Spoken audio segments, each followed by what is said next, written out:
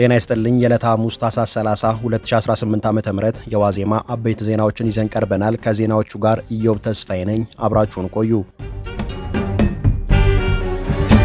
አመልድ ኢትዮጵያ የተሰኘው የቀድሞ የአማራ መልሶ ማቋቋምና ልማት ድርጅት በአማራ ክልል አንዳንድ አካባቢዎች የሰብአዊ እርዳታ አሰጣጥ መርሆዎችን የሚጥሱ ተግባራት ይታያሉ ሲል ዛሬ ሐሙስ ታኅሳስ 30 በማህበራዊ ትስስር ገጹ ባሰራጨው መግለጫ ወቀሰ። ድርጅቱ የዜጎችን ችግር እንዳጋጣሚ በመጠቀም የሚፈጸሙ ማናቸውም የተረጂዎችን ክብር የመንካት፣ ሃይማኖትን የማስቀየር እንዲሁም የሞራል ግድፈቶችን በጽኑ አውግዟል። አመልድ ኢትዮጵያ በአንዳንድ አካላት አማካኝነት የሰዎችን ሰብአዊ ክብር፣ እምነትና ሞራል ባልጠበቀ መልኩ ሰብአዊ ድጋፎች እንደ እምነት ማራመጃና ማስፋፊያ መሳሪያ በመጠቀም ተረጂዎችን ለተጽዕኖ የመዳረግ አካሄዶችን መስተዋላቸው እጅግ አሳሳቢ ሆኗል በማለት ስጋቱን አንጸባርቋል። ድርጊቱ በሰብአዊ እርዳታ የተሰማሩ ድርጅቶችን መልካም ስም ከማጉደፉም ባለፈ የተረጂዎችን ሞራልና ሰብአዊ ክብር ይነካል ሲል ድርጅቱ ኮንኗል። ሆኖም ሰብአዊ እርዳታን የእምነት መሳሪያ ያደረጉ አካላትን ማንነት ወይም ድርጊቱ በየትኞቹ የክልሉ አካባቢዎች እንደተፈጸሙ አመልድ ኢትዮጵያ አልጠቀሰም።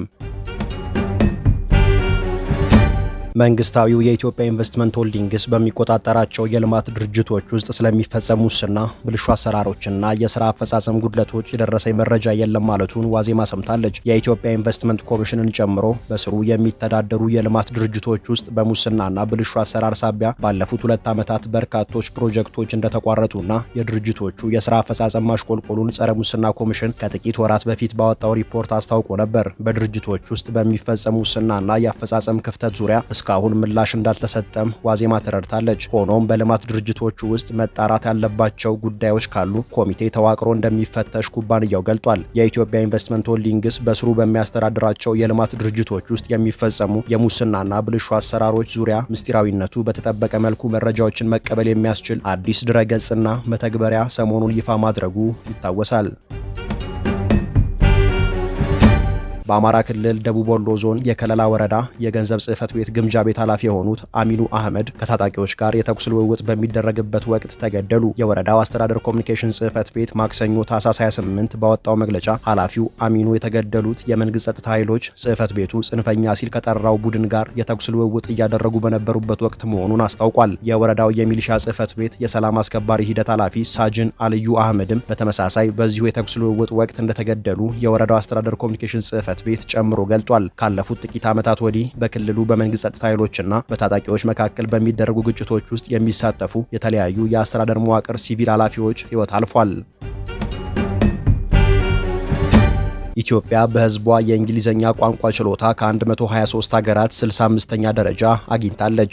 ኢትዮጵያ በዚህ ደረጃዋ ዝቅተኛ የእንግሊዝኛ ቋንቋ ችሎታ ካላቸው ሀገራት ምድብ ውስጥ ተሰልፋለች። የዓለም ሀገራት ሕዝቦችን የእንግሊዝኛ ቋንቋ ችሎታ የሚመዝነው ዓለም አቀፍ ተቋም በዘንድሮ ዝርዝሩ ደቡብ አፍሪካና ዚምባብዌን ከ123ቱ ሀገራት ለሁለቱም 13ኛ ደረጃ በመስጠት ከአፍሪካ ቀዳሚዎቹ አድርጓቸዋል። ደቡብ አፍሪካና ዚምባብዌ ባገኙት ደረጃ በዓለም በጣም ከፍተኛ ከተባለው ምድብ ውስጥ መካተት ችለዋል። ከኢትዮጵያ የተሻለ ደረጃ ያገኙት ቀሪዎቹ የአፍሪካ ሀገራት ናይጄሪያ፣ ዛምቢያ፣ ጋናና ኡጋንዳ ብቻ ናቸው። ሱዳን 106ኛ ደረጃ ስታገኝ ሶማሊያ 119ኛ ደረጃ ተሰጥቷታል። ከአፍሪካ በእንግሊዝኛ ቋንቋ ችሎታ ደረጃ የተሰጣቸው ሀገራት ብዛት ኢትዮጵያን ጨምሮ 28 ናቸው።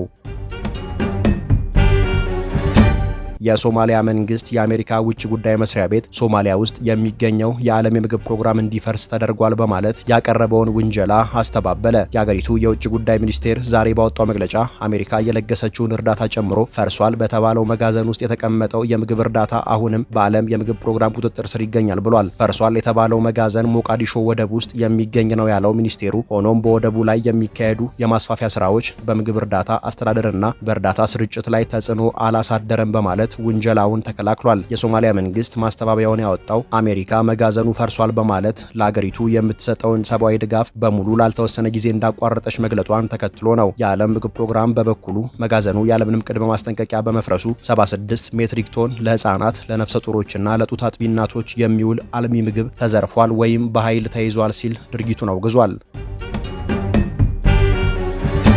የፕሬዝዳንት ትራምፕ አስተዳደር በርካታ የአፍሪካ ሀገራትን የአሜሪካ ቪዛ ለማግኘት የዋስትና ማስያዣ ገንዘብ ከሚጠይቁ ሀገራት ዝርዝር ውስጥ አካተተ። በመመሪያው መሰረት የአገሪቱ ዜጎች ቪዛ ለማግኘት እስከ $15000 ማስያዣ ማቅረብ ይጠበቅባቸዋል። በአዲሱ ዝርዝር ውስጥ ከተካተቱት የአፍሪካ ሀገራት መካከል ጅቡቲ፣ ኡጋንዳ፣ ናይጄሪያ፣ አንጎላ፣ ቡሩንዲ፣ ዚምባብዌ፣ አልጄሪያ፣ ቤኒን፣ ኬፕ ቨርድ፣ ጋቦን፣ ኮትዲቫር እና ሴኔጋል ይገኙበታል። የአገሪቱ ዜጎች የስራና የቱሪስት ቪዛዎችን ለማግኘት ከ5000 ጀምሮ እስከ $15000 እንዲያስይዙ ይገደዳሉ። ባለፈው ዓመት ሐምሌ ታንዛኒያ፣ ዛምቢያ እና ቦትስዋናን ጨምሮ በ11 የአፍሪካ ሀገራት ላይ መመሪያው ለመጀመሪያ ጊዜ ተፈጻሚ መሆኑ ይታወሳል።